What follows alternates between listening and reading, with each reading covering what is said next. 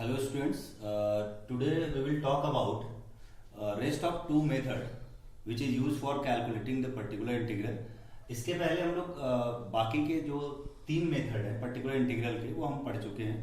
e to the power ax plus B Y, दूसरा sine ax plus B Y और cos ax plus B Y, तीसरा method हमारा था x to the power m और y to the power n, जिसमें m बड़ा हो n से तो क्या करेंगे, m छोटा हो n से तो क्या करेंगे, या दोनों बराबर हो तो क्या करेंगे. वो केस ऑलरेडी हम लोग डिस्कस कर चुके हैं. इस वीडियो में एक हमारा टाइप आता है राइट साइड में, मींस पीआई निकालना है कि क्यू ऑफ एक्स वाई यानी फंक्शन ऑफ एक्स वाई अगर phi A X plus B Y हो, यानी कोई general function of A X B Y हो, ना ये ई के पावर में हो, ना इसके साथ साइन या कॉस लगा हो, सिंपली 2ax प्लस 3ay या x प्लस वाई हो, तो पीआई कैसे निकालेंगे. और दूसरा लास्ट मेथड है, कई बार ऐसा होता है कि y के पावर में कुछ आ जाता है into some function of x आ जाता है, या फिर y माइनस वन आ जाता है, या फिर सम फंक्शन ऑफ x आ जाता है. तो एक लास्ट मेथड है पीआई निकालने का ये.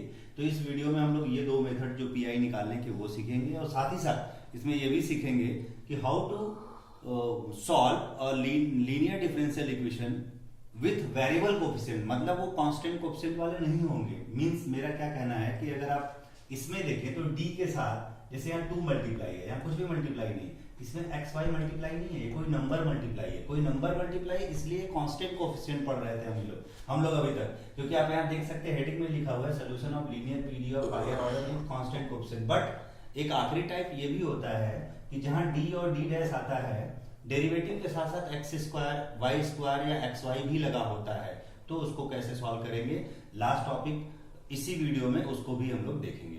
तो स्टूडेंट्स अभी हम बात करते हैं एक टाइप का कि if Q X Y is a general function of A X plus B Y, यानी इसके साथ ना साइन लगा हो ना कॉस लगा हो, ना ही ई के पावर ए एक्स बी वाई का फॉर्म हो, डायरेक्ट ए एक्स प्लस बी वाई दिया हो, यानी 2x प्लस 3y दिया हो, तो कैसे हम निकालेंगे. तो आप देख सकते हैं स्टूडेंट यहाँ पे दो क्वेश्चन दिया गया है, इसको हम क्वेश्चन के माध्यम से ही समझेंगे. एक क्वेश्चन ये लिखा हुआ है d3 minus d dash cube z equals to x cube y cube, ठीक है, और d cube minus 2d dash 2 square d dash z 2e power 2x 3x square y.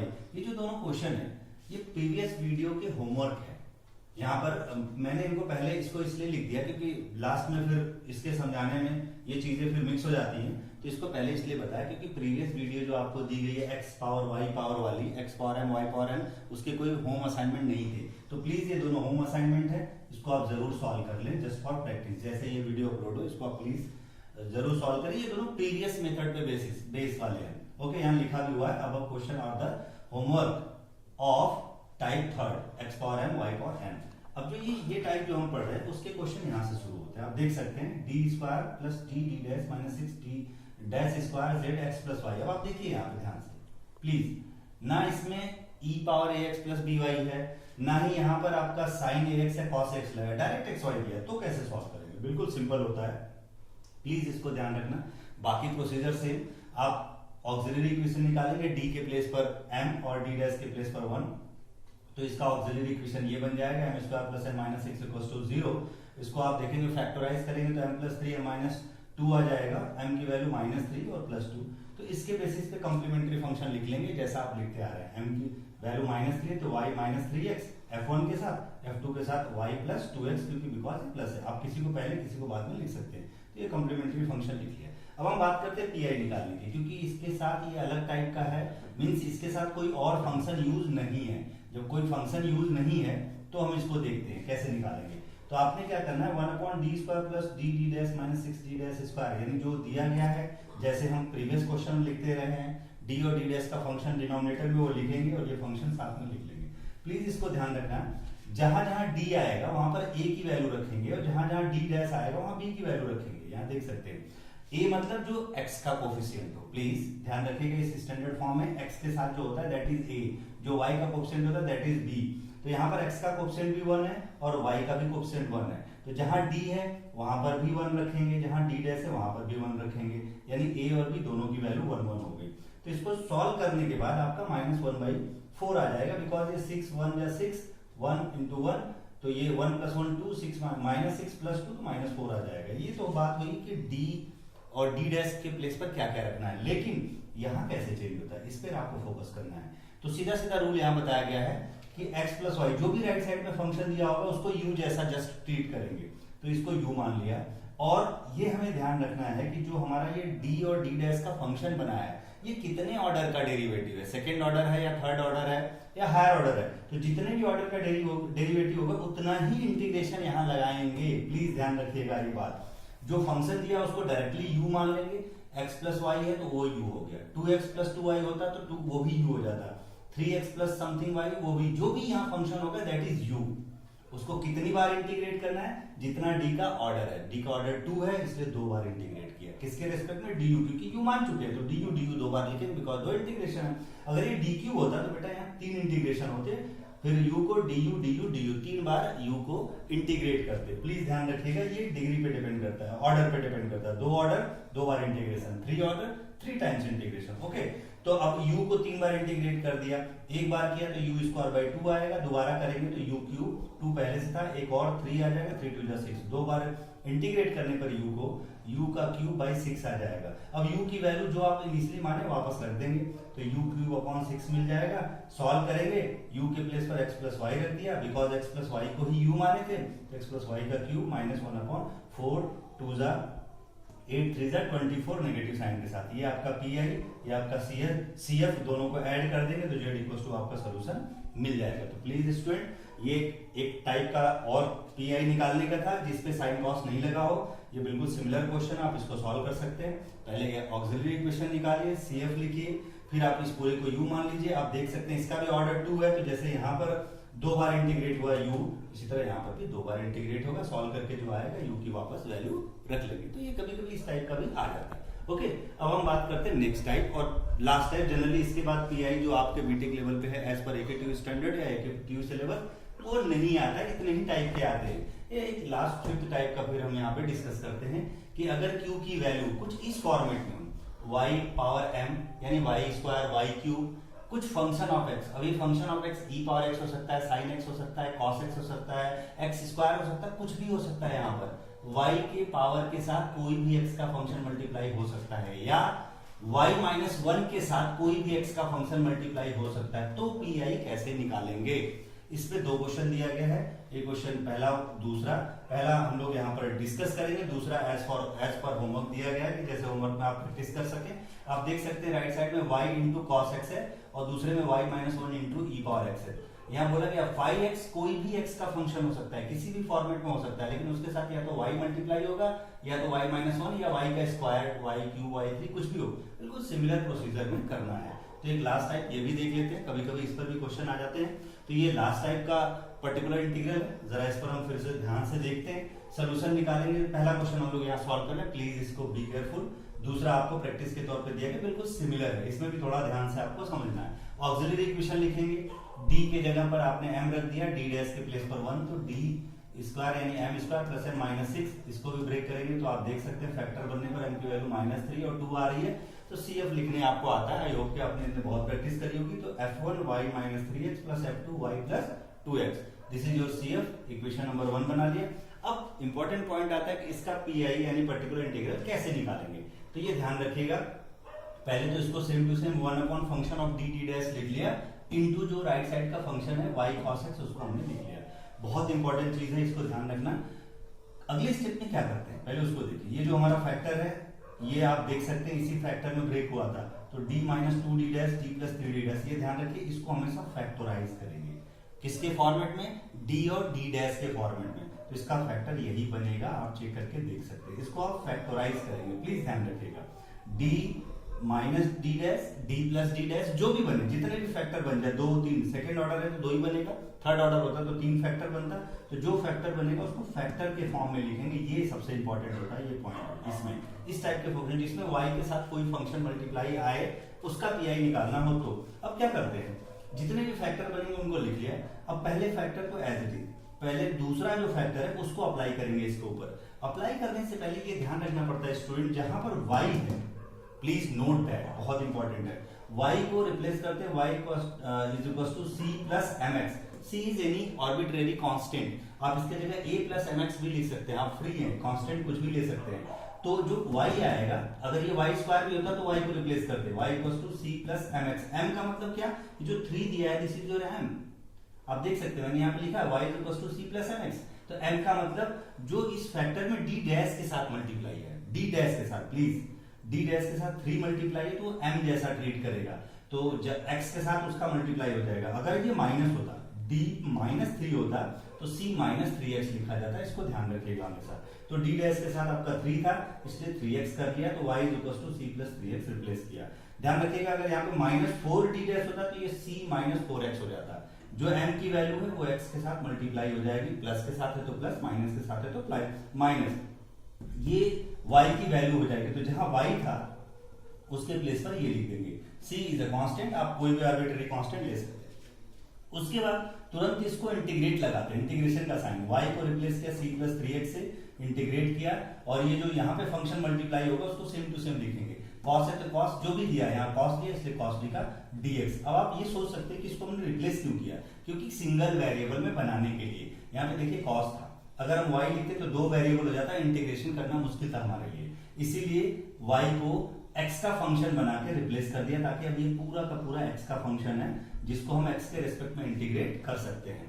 ठीक है, एक बार ओवरऑल मैं फिर से रिवाइज करूंगा, पी निकाला, प्लीज आप देख लीजिए। अब आप देख सकते हैं इसमें भी x का फंक्शन है, ये भी x का फंक्शन है, तो इंटीग्रेशन बाय पार्ट यूज करेंगे, u इंटू वी, फॉर्मूला आपको मालूम होगा, u as it is, v का इंटीग्रेशन, फिर माइनस ओवरऑल इंटीग्रेशन, पहले फंक्शन का डिफरेंशिएशन इंटू दूसरे फंक्शन का इंटीग्रेशन, ओवरऑल का इंटीग्रेशन। तो u इंटू वी का फॉर्मूला लगाएंगे तो सॉल्व करके यही आएगा। मैंने यहाँ पे इसलिए लिख दिया कि आप सबको इंटीग्रेशन आता है, प्लीज कैलकुलेट करके देख लेना। वापस जब ये वैल्यू आ गई इंटीग्रेशन के बाद, ठीक है, तो जो c प्लस 3x था उसको फिर से y में रिप्लेस कर लेंगे, तो इसके प्लेस पर फिर से हमने y रख लिया। आप देख सकते हैं y sin x plus 3 cos x, integration के बाद यही आएगा, आप चेक कर सकते हैं। अब हमारे पास आप देखिए एक फैक्टर खत्म हो चुका, मतलब इसका यूज हो चुका है यहाँ पर। अब दूसरा फैक्टर d और d डैश का बचा, इसका फिर से वही यूज करना है। इसके बदले इंटीग्रेशन लगाएंगे, तुरंत इंटीग्रेशन लगा दिया, y को फिर से x में रिप्लेस करेंगे, लेकिन अभी m की वैल्यू -2m है, देख सकते हैं आप। तो जहां y आएगा वहां पे कांस्टेंट c -2x। अब जरूरी नहीं कि आप एक ही कांस्टेंट c यूज करें, यहाँ पर a हो सकता है यहाँ c करें तो यहाँ आप c डैश कर लो, b कर लो, कोई भी कांस्टेंट ले सकते हैं। तो देखिए यहाँ पर x के साथ -2x इसलिए आया क्योंकि ये m की वैल्यू -2 थी, तो y को फिर से रिप्लेस कर लेंगे c -2x से, यहाँ पे आ जाएगा c -2x sin x plus 3 cos x, integration dx, सारा x में कन्वर्ट हो गया, इन दोनों को ये तो प्रोडक्ट रूल लग जाएगा, यहाँ cos x का सीधा सीधा sin x हो जाएगा। आप इसको फिर से इंटीग्रेट करेंगे, सॉल्व करेंगे तो आपको ये फॉर्मेट मिलेगा जो मैंने यहाँ पे लिखा हुआ है।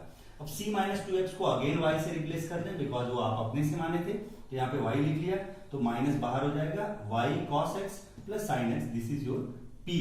अब आंसर आपको पता है कि cf प्लस pi करते, cf इक्वेशन 1 में आया था, y -3x plus y plus 2x, function के फॉर्मेट में ये plus minus y cos x plus sin x, ये आपका pi आ गया। एक बार मैं फिर से बता देता हूं, आपको pi निकालना, ध्यान से सुनिए। इस फंक्शन 1/d डैश को लिखेंगे, याद रखिएगा d और d डैश को हमेशा फैक्टर के फॉर्म में लिखेंगे। यहाँ पर प्लीज यहाँ वैल्यू नहीं रखनी है, कोई फैक्टर के फॉर्म में लिखना है, ठीक है। अब पहला फैक्टर एज इट इज छोड़ेंगे, दूसरे फैक्टर में m ढूंढेंगे, m का मतलब जो d डैश के साथ मल्टीप्लाई हो, d डैश के साथ जो भी मल्टीप्लाई होगा उसको y is equal to some constant plus 3 multiply था 3x करके लिख लिया y के जगह पे, और इसका इंटीग्रेशन कर दिया x के रिस्पेक्ट में, जो आना होगा आ जाएगा। वापस से जिसको y आपने माना था फिर से y की वैल्यू रख देंगे, फिर दूसरे फैक्टर को सॉल्व करने की कोशिश करेंगे, वहां पर भी m ढूंढेंगे कि m क्या है, m मतलब -2 है, तो y की जगह c -2x रखा जाएगा, y की जगह c -2x रखा गया, sin x as it is, बाकी एज इट इज, फिर से इसको इंटीग्रेट करेंगे, सॉल्व करेंगे, आपका pi आ जाएगा। एक और फैक्टर होता तो फिर से उसी तरह यही प्रोसेस सेम अप्लाई करते। तो ये लास्ट आपका पर्टिकुलर इंटीग्रल निकालने का मेथड था। इसके अलावा एज पर एकेटिव सिलेबस और कोई मेथड मतलब बचा नहीं है जिससे हम पर्टिकुलर इंटीग्रल निकालना रह जाए। ये जो लास्ट था इसको प्लीज आप ध्यान से देखिए, और दूसरा जो क्वेश्चन है इसी बेसिस पर सॉल्व करने की कोशिश करें, अपने आप स्टेप बाय स्टेप करते जाएंगे, आ जाएगा। ओके, तो स्टूडेंट ये हुआ हमारा solution of linear partial differential equation of higher order with constant coefficient. अब हम नेक्स्ट और last topic of this unit, जो करंट मॉड्यूल चल रहा था, module 1 as per एकेटिव syllabus mathematics 4 का पहला मॉड्यूल चल रहा था, जिसमें कि पार्शियल डिफरेंशियल इक्वेशन के बारे में। इसका लास्ट टॉपिक है ये आपका equation reducible to linear partial differential equation with constant coefficient. एक छोटी सी टॉपिक है, एक दो क्वेश्चन खाली इस पर प्रैक्टिस करेंगे क्योंकि कभी कभी इस पर भी क्वेश्चन आ जाते हैं। लास्ट टॉपिक है, याद रखिएगा। इसके बाद हम लोग next application of partial differential equation शुरू करेंगे, जिसमें solution of heat equation, wave equation, Laplace equation, ये सारे इक्वेशंस के सोल्यूशन के बारे में बात करेंगे। बट अभी इसमें equation reducible to linear partial differential equation, मतलब वो partial differential equation constant coefficient का नहीं है, वेरिएबल कोएफिशिएंट का, उसको बदलना पड़ेगा। अब डिफरेंस आप देख सकते हैं। देखिए इसके पहले जो क्वेश्चन आते थे यहाँ पे एक्स स्क्वायर नहीं होता था, यहाँ वाई स्क्वायर नहीं होता था, या वाई या एक्स नहीं होता था। यहाँ क्या होता था 2, 3, 4, यानी कोई कांस्टेंट होता था। डेरिवेटिव के साथ कांस्टेंट मल्टीप्लाई था, इसलिए उनको हम कांस्टेंट कोएफिशिएंट भी बोला करते थे। बट ये वेरिएबल कोएफिशिएंट है, इनको कैसे सॉल्व करते ये देखना है। तो प्लीज आप ध्यान रखिएगा कि x को e to the power u से रिप्लेस करेंगे, जिसे u equal to log x, y को e to the power v से रिप्लेस करेंगे, v की वैल्यू log y। और ये नोटेशन बहुत इंपॉर्टेंट है, ये ध्यान रखिएगा। x del of del x को capital D, x square del 2 del x2 को d d minus 1, x cube del 3 del x cube को d d minus 1 d minus 2 मानेंगे। Similarly y del of del y को d dash, y2 del 2 del y2 को d dash minus 1, y cube del y cube is equal to d dash minus 1 d dash minus 2। इसी तरह अगर fourth का भी आएगा, जो कि बहुत लेंदी हो जाएगा, ऑब्वियस नहीं आता है कोई एग्जाम में, बट आ सकता है, तो आप लिखेंगे d minus 1 d minus 2 d minus 3। Okay, उसके बाद ये सिंपल फिर कन्वर्ट हो जाता है वो question linear differential equation with constant coefficient में कन्वर्ट हो जाता है। ये कांस्टेंट कोएफिशिएंट में कन्वर्ट करने के लिए ही ये सारे अजम्पशंस हैं। तो प्लीज इस अजम्पशंस को जब आप इस टाइप के क्वेश्चन को सॉल्व करेंगे तो ये अजम्पशंस हम पहले ही मेंशन करेंगे, ताकि एग्जामिनर को मालूम हो जाए कि इसी अजम्पशंस के बेसिस पर आपने उसको विद कांस्टेंट कोएफिशिएंट में कन्वर्ट किया। तो बेटा ये अजम्पशंस हम लोग यूज करेंगे। तो आप देखिए ये स्क्वायर वाला पार्ट है, तो इसके जगह d d माइनस 1 तो d d माइनस 1। ये y क्यूब का है तो यहाँ d डैश माइनस 1। ये simple y d del of del y है, तो यहाँ पे d डैश, और ये आपका सीधा सीधा x del of del x है, तो यहाँ पर आपका बन जाएगा कैपिटल D। रखने के बाद ये आ गया, ये जो दिया गया क्वेश्चन को इस फॉर्मेट में रिड्यूस हो जाएगा। इसको सॉल्व करेंगे तो d square minus d dash square आ जाएगा, बाहर z e to the power, आप देख सकते हैं राइट साइड में इस क्वेश्चन के x था तो x के प्लेस पर e power u, y square था तो y के प्लेस पर e पावर v स्क्वायर है तो 2 आ जाएगा। और बेस सेम होने पर पावर आपस में इंडिसेस ऐड हो जाते हैं, लॉ ऑफ इंडिसेस के अकॉर्डिंग तो ऐड कर दिया। अब आपका क्वेश्चन ये बन गया जो कि linear differential equation of higher order with constant coefficient हो गया। इसको बिल्कुल पुराने मेथड से सॉल्व करेंगे जैसा कि हम करते आ रहे हैं। ai निकालेंगे, d की वैल्यू m, d डैश की वैल्यू 1, तो आप देख सकते हैं कि ऑक्सिलरी इक्वेशन मिल जाएगा आपको m स्क्वायर माइनस 1, m की वैल्यू एक माइनस 1 और एक प्लस 1, तो उसके अकॉर्डिंग CF लिखेंगे। अब ये ध्यान रखिएगा CF y और x में नहीं, क्योंकि ये जो वेरिएबल मिला है ये हमारा u और v में मिल चुका है। तो जैसे हम वहां पे f1y प्लस m1x लिखते थे, यहाँ v और u लिखेंगे। v y के फंक्शन को रिप्रेजेंट करेगा, u x के फंक्शन को रिप्रेजेंट करेगा, तो इसकी वैल्यू -1 तो v माइनस u हो जाएगा, और इसकी वैल्यू +1 है तो v प्लस u हो जाएगा। और v की वैल्यू वापस से हम यहाँ से देख सकते हैं log y, u की वैल्यू वापस से हम यहाँ से log x देख सकते हैं, यहाँ सॉरी यहाँ पे हम रख सकते हैं। तो f1 log y minus log x plus f2 log y plus log x, minus की वजह से ये हो जाएगा f1 log y by x, और ये प्लस है तो लॉगरिथम का रूल आपको मालूम है, f2 equals to log y into x, this is your CF। Because v और u तो हमने अपने से माना था, तो उसको x और y में रिप्लेस करेंगे। ठीक है, अब हम बात करते हैं पर्टिकुलर इंटीग्रल की। तो ये सेम टू सेम यही function 1/d square minus d dash square लिखेंगे इनटू e पावर 2x और u e to the power u plus 2v। ये आप देख सकते हैं pi का पहला वाला पार्ट है, जो नॉर्मल टाइप का हम पढ़ रहे थे पर्टिकुलर इंटीग्रल, उसमें e to the power ax plus dy। तो यहाँ पर au प्लस v की तरह काम करेगा। a की वैल्यू 1 है और b की वैल्यू 2 है, तो जहां d है वहां पर 1 यानी a, जहां d डैश है वहां पर b यानी 2 रखेंगे। रखने के बाद 1 का स्क्वायर 2 का स्क्वायर 4 माइनस 1 यानी -3 आ जाएगा, तो 1/3 e power u plus 2v हो गया। अब u प्लस 2v e के पावर में, तो इसको e power u into e power 2v लिख सकते हैं। e पावर u आप देख सकते हैं, ये वैल्यू आपको x लिखी जाएगी, e पावर 2v है तो इसकी वैल्यू लिखी जाएगी, आप यहाँ देख सकते हैं e पावर v 2 है तो यहाँ पे स्क्वायर आ जाएगा, तो आप देख सकते हैं ये बन जाएगा -1/3 x into Y square, this is your PI। Okay, अब सोल्यूशन लिखना आपको मालूम है, z equals to CF plus PI, तो CF आपका f1 log y by x plus f2 log y into x ये लिख दिया, और P I R minus X Y square by 3। तो स्टूडेंट इसको ऐड करके लिख देंगे, तो this is your complete solution. तो प्लीज इसको भी ध्यान रखना, कई बार ये भी क्वेश्चन आ जाता है। This is last topic of your partial differential equation की इक्वेशन कांस्टेंट कोएफिशिएंट में नहीं होता है, उसके साथ एक्स वाई जेड ये सब एक्स वाई आते हैं, तो उसको रिड्यूस कैसे करते हैं, ये प्लीज ये प्रोसेस ध्यान से रखिएगा। ये नोटेशन आपको जरूर याद रखना है, फिर वो सिंपल कांस्टेंट कोएफिशिएंट जैसा बन जाएगा, और सिंपल सी एफ और पी आई निकालेंगे, यू और वी की वैल्यू ये रिप्लेस कर देंगे, वो आपका फाइनल आंसर आ जाएगा। बिल्कुल सिमिलर फॉलो करना है, और ये आपका होम असाइनमेंट है। प्लीज इसको try to solve this question कि कैसे इसको हम सॉल्व करते हैं। तो स्टूडेंट्स आज के लिए इतना ही। This is your last topic for the first module, means introduction to linear differential equation. अब इसके बाद जो सेकंड मॉड्यूल है, इसके जस्ट आगे का पार्ट है कि एक्चुअल में what is the application of partial differential equation in heat equation, wave equation, Laplace equation, how to classify the partial differential equation कि वो इलिप्टिकल होता है या पैराबोलिक होता है या हाइपरबोलिक होता है। वो गेट में भी क्वेश्चन आता है, और एज पर AKTU बहुत इंपॉर्टेंट है। तो this is all about today. In next video we will talk about application of partial differential equation. So thank you student.